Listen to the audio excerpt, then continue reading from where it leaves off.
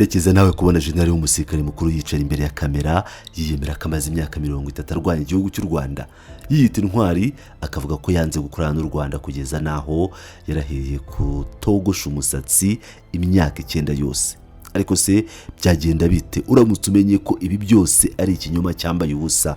Byagenda bite umenye ko uyu mugabo atigeze arwanya u Rwanda na rimwe, ahubwo ku buzima bwe bwose yabayeho ari inzira karengana itotezwa ikanafungwa n'igihugu cye bwite cya Kongo? Uyu munsi tugiye gucukumbura ukuri guhishe inyuma y'ikiganiro General Olivier Gasita aherutse kujyana n'umunyamakuru Daniel Micombero. Reka dushwanyaguze ibinyoma kuko inkurumamo iteye agahinda kurusha uko mubitekereza. Murakaza neza kuri Pilot News TV. Reka twinjire mu makuru. Ku itariki ya 5 z'ukwezi kwa gatandatu uyu mwaka, umunyamakuru wigenga witwa Daniel Micombero yakoze interview, ikiganiro cyihariye na General Olivier Gasita. Muri kiganiro Gasita yagerageje kwiyerekana nk'intwari idasanzwe, yabwiye abamwumva ko amaze imyaka 30 mu cyo yise resistance, cyangwa se kwigomeka no kurwanya igihugu cy'u Rwanda. Yabwiye Micombero ati, kuva kera narwanyije umugambi w'u Rwanda ndetse navuye mu gisirikare cya AFDR kubera kubarwanya. Yakomeje avuga ko nyuma y'uko Kinshasa ifashwe ngo General James Kabarebe yamusabye kujya gukorera igoma mu ikipe ye, ariko Gasita arabyanga, yiyemeza gukorera Repubulika ya Demokarasi ya Kongo. Kugira ngo yerekane ko ari intwari hambaye, Gasita yatanze urugero rutangaje. Yavuze ko kuva mu kwezi kwa munani ku mwaka w'1998 kugeza mu kwezi kwa mbere kwa 2007 yafashe icyemezo cyo kudakora igikorwa cyo kogosha umusatsi. Nuvuga ngo muri iyo myaka yose ngo ntabwo yigeze yogosha imisatsi, no kuvuga ngo nibikira ku myaka 9. Ngo yararahiriye kutazigira yogosha umusatsi kugeza igihe amahoro azagarukira mu gihugu cye, ndetse ngo yanze kuzamurwa mu ntera promotion kuko bamusabaga kubanza kwiyogoshesha. Yakomeje avuga ko mu mwaka w'1999 afatanyije n'uwitwa Dieudonné Rutikanga ngo bafunze umupaka wa Kamanyora kugira ngo babuze abasirikare b'u Rwanda kwinjira mu kibaya cya Ruzizi na Minembwe. Ibi byose iyo byumvise mu magambo ye uhita ubona ishusho y'umusirikare mukuru waharaniye igihugu cye, no kuvuga wabaye intwari. Ariko se reka twibaze, ese ibi bintu avuga ni ukuri? Igisubizo cya mbere ni oya. Reka tubere ku busobanuro bwimbitse bw'iyi mikino ya politike yo muri Kongo.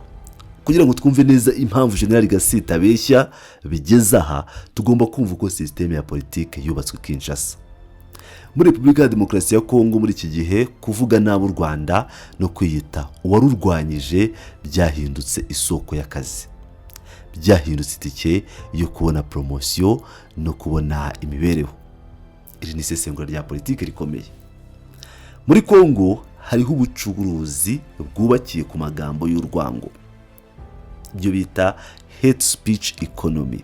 Abanyapolitike ba Kinshasa bakoresha iturufu ryo kwikoma u Rwanda kugira ngo bihishire politike zabo zishingiye ku moko n'ivangura. Kubw'iyo mpamvu, umusirikare cyangwa umunyapolitike ushaka gukundwa, kuzamurwa mu ntera cyangwa kubona imitungo, asabwa gusa kujya imbere ya za kamera agatangira kuvuga ngo nanze gukorana n'u Rwanda, narwanyije u Rwanda, ndi intwari, ibintu bisa nk'ibyo. Abakora ibi rero nk'uko Gasita ari kubikora ubu bahabwa ibihembo bikomeye cyane ndetse na promotion.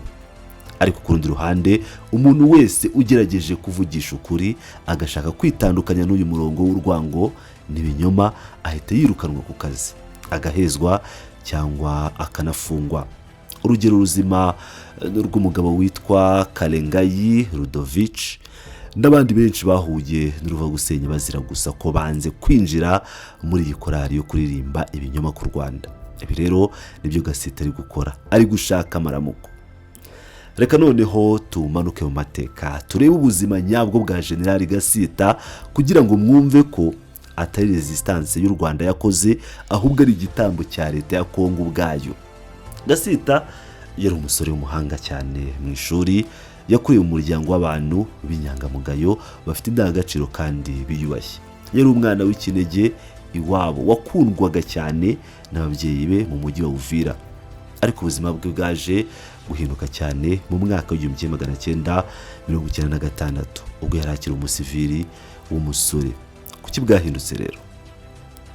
Hagati y'umwaka w'1994 na 1996 igihugu cya Zaire, Kongo y'ubu, cyakiriye impunzi nyinshi cyane z'abahutu bavuye mu Rwanda, barimo n'abari basize bakoze jenoside yakorewe abatutsi icyo gihe.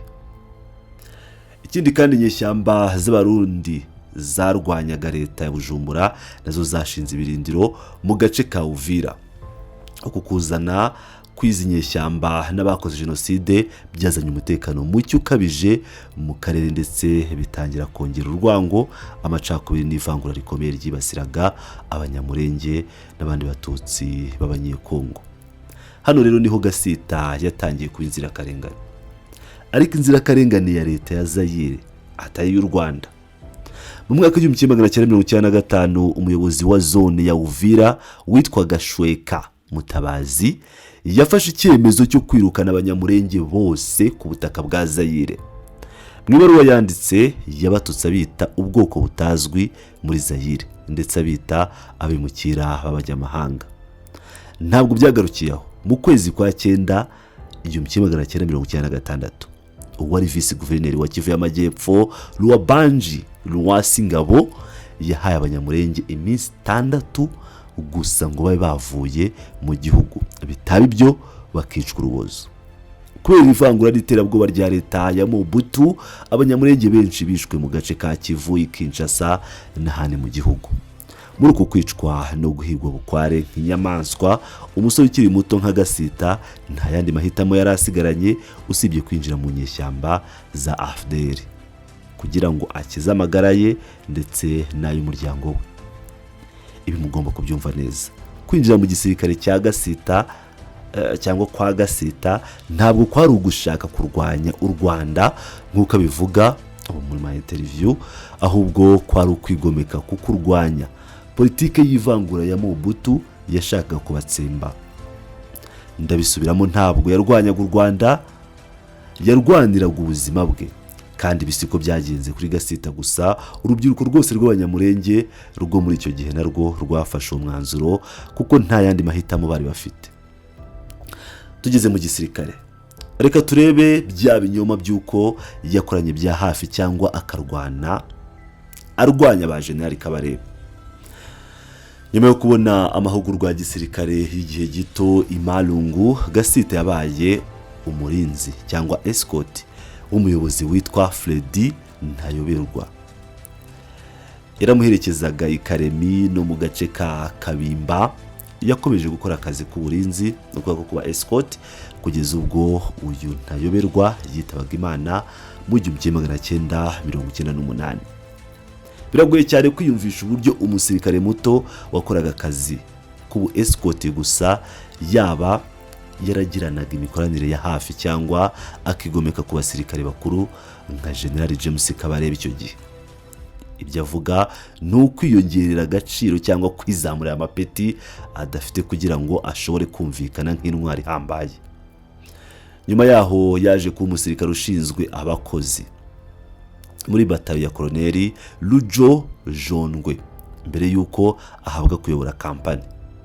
Icyo gihe haje kuvuka amakimbirane akomeye hagati ya General Pacifique Masunzu wari ukiri umusirikare muto icyo gihe na General Dan Gapfizi.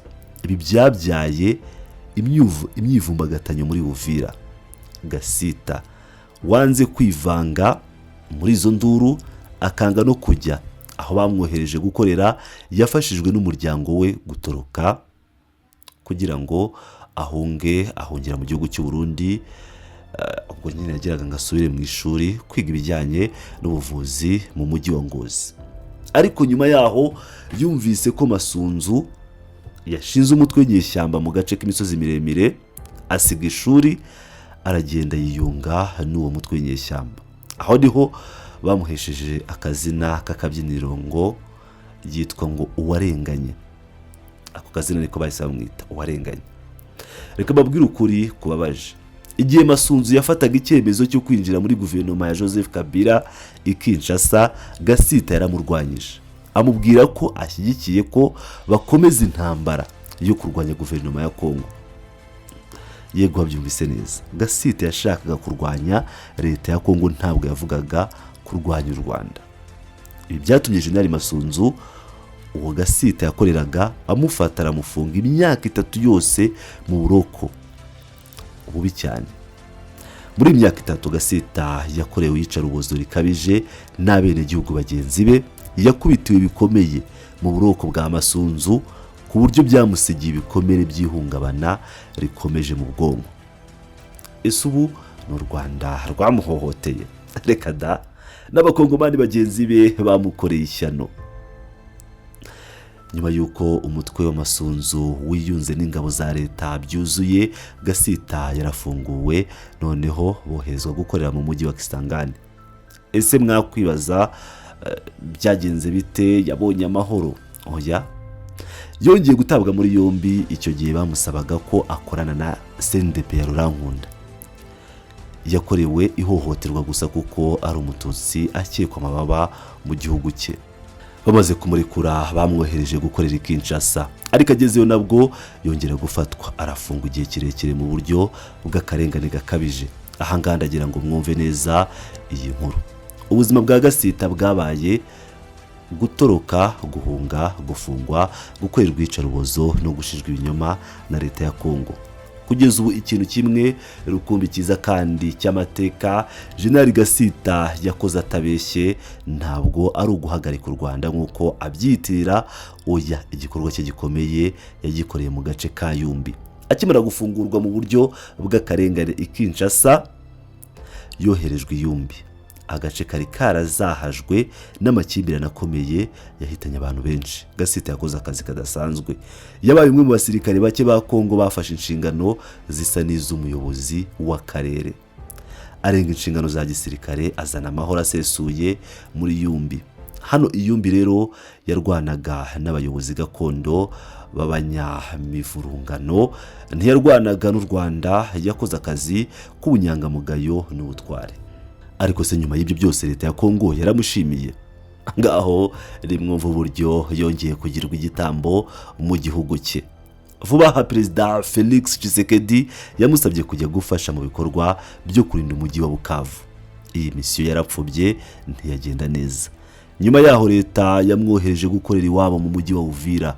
Ariko mwarabibonye, abaturage b'Uvira ndetse n'imitwe yitwara gisirikare y'abawazarendo biraye mu mihanda barigaragambya, bamaganira kure, bavuga ko batamushaka. Impamvu nyamukuru akaba ari uko afite isura ya gitutsi gusa, bamuziza uko yaremwe. Nshuti bavandimwe rero, abakunzi bacu, reka dusubiremo ibintu mu buryo bweruye. Iyo urebye urugendo rwa Jenerali Olivier Gasita, ntabwo ni ishusho y'umusirikare ufite amateka y'imyaka 30 yo kurwanya u Rwanda nk'uko yabibeshye ubwo yaganiraga na Daniel Micombero. Ahubwo ubona ishusho y'umugabo wahuye n'akarengane ndengakamere, yabaye igitambo kivangura muri Zaire mu 1996, yagizweho ingaruka zikomeye n'impunzi z'abahutu bavuye mu Rwanda ndetse n'inyeshyamba z'abarundi. Yafunzwe imyaka 3 akorerwa iyicarubozo n'umuyobozi we Jenerali Masunzu. Yafungiwe Kisangani, yafungiwe Kinshasa arengana, yagaruye amahoro Iyumbi ariko ntiyashimirwa.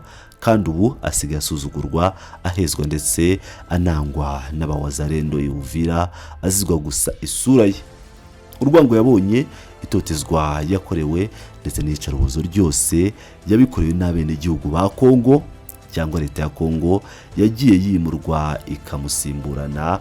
Rero kumva avuga ngo warwanya u Rwanda ngo ni systeme abari kubahiriza kugira ngo arebe ko yasigasira amaramuko ye cyangwa agahabwa promotion, ni ibintu bibabaje cyane kubona inzirakarengane ihatirwa kuririmba indirimbo z'ibinyoma no kwikoma igihugu cy'abaturanyi kugira ngo gusa yemerwe mu gihugu cye bwite cya Kongo. Ndabashimiye kuba mwabanye nanjye muri ubu busesenguzi bwimbitse. Niba ukunze iyi video cyangwa ukunze iyi nkuru, kora like, ukore subscribe ndetse uze no kutwandikira igitekerezo cyawe muri comment aho hasi. Naho utaha mu makuru yacu ataha. Ciao ciao.